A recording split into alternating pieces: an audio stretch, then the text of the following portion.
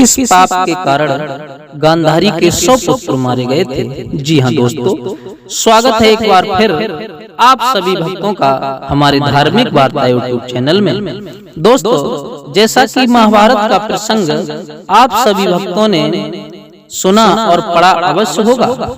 साथियों, महाभारत के विषय में जब भी बात करते हैं तो हमें भगवान श्री कृष्ण की बताई हुई बहुमूल्य बातें याद आती हैं, जो आज भी समाज के लिए बहुत प्रेरणादायक हैं।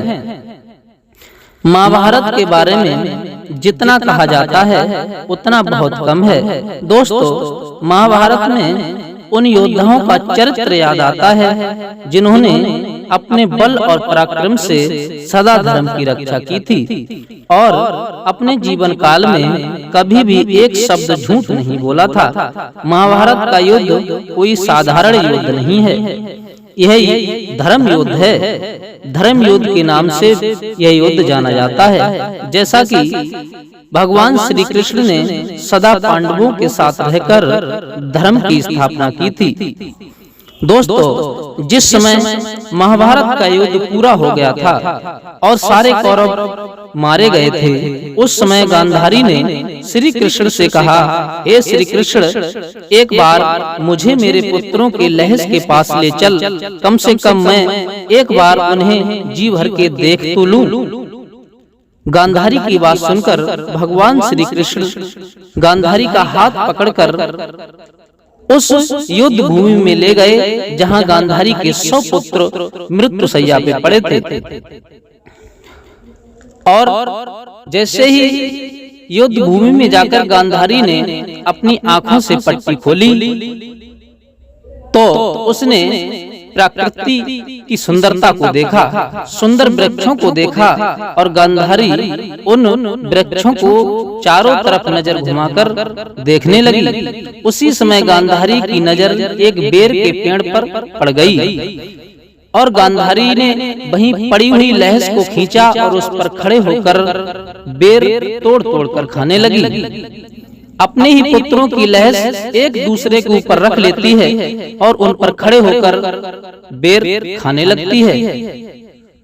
कुछ देर के बाद गांधारी भगवान श्री कृष्ण से कहती है, हे श्री कृष्ण, अब तो मुझे मेरे बच्चों की लहसें दिखा दे। भगवान श्री कृष्ण ने जवाब दिया, हे बुआ, जिन लहसों के ऊपर तुम खड़ी हो वही तो तुम्हारे बच्चों की लहसें हैं। यह सुनकर गांधारी रोने लगी और कहने लगी, हे श्री कृष्ण, मैंने अपने जीवन में कभी पाप नहीं किया, फिर मुझे ये किस पाप की सजा मिल रही है? मैंने अपने 100 जन्म देखे हैं, किसी भी जन्म में मैंने कभी पाप नहीं किया। श्री कृष्ण कहने लगे, हे बुआ, तुझमें और मुझमें यही तो अंतर है। तू अपने 100 जन्म देख सकती है और मैं संसार के हजारों जन्म देख सकता हूँ।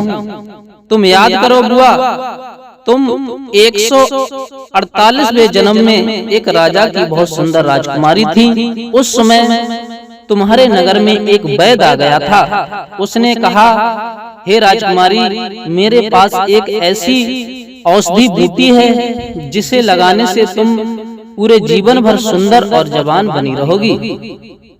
तुमने कहा, वो बूटी मुझे दे दो। वैद्य ने कहा, बूटी तो मैं तुम्हें दे दूंगा, लेकिन इसमें पाप हो जाएगा। तुमने कहा, पाप हो जाए इससे मुझे कोई चिंता नहीं, केवल वो औषधि बूटी मुझे दे दो, क्योंकि मैं तो जीवन भर सुंदर और जवान बनी रहना चाहती हूँ। उस वैद्य ने कहा, अगर तुम सुंदर बनी रहना चाहती हो तो 100 केचुओं को पकड़वाओ और उनका मरहम बनवाओ, फिर मैं अपनी बूटी उस मरहम में मिलाऊंगा और वो लेप अपने शरीर पर जब करोगी तो तुम पूरे जीवन भर सुंदर और जवान बनी रहोगी। तुमने 100 केचुओं को पकड़वा करके उनका मल्लिम बनवाया। बुआ, वही 100 केचुआ तुम्हारे गर्भ से पैदा हुए हैं और आज देखो तुम्हारे सामने मृत्यु अवस्था में पड़े हुए हैं। बुआ, कर्म का भोग तो सभी को भोगना पड़ता है, चाहे वो दानव हो चाहे वो मानव हो।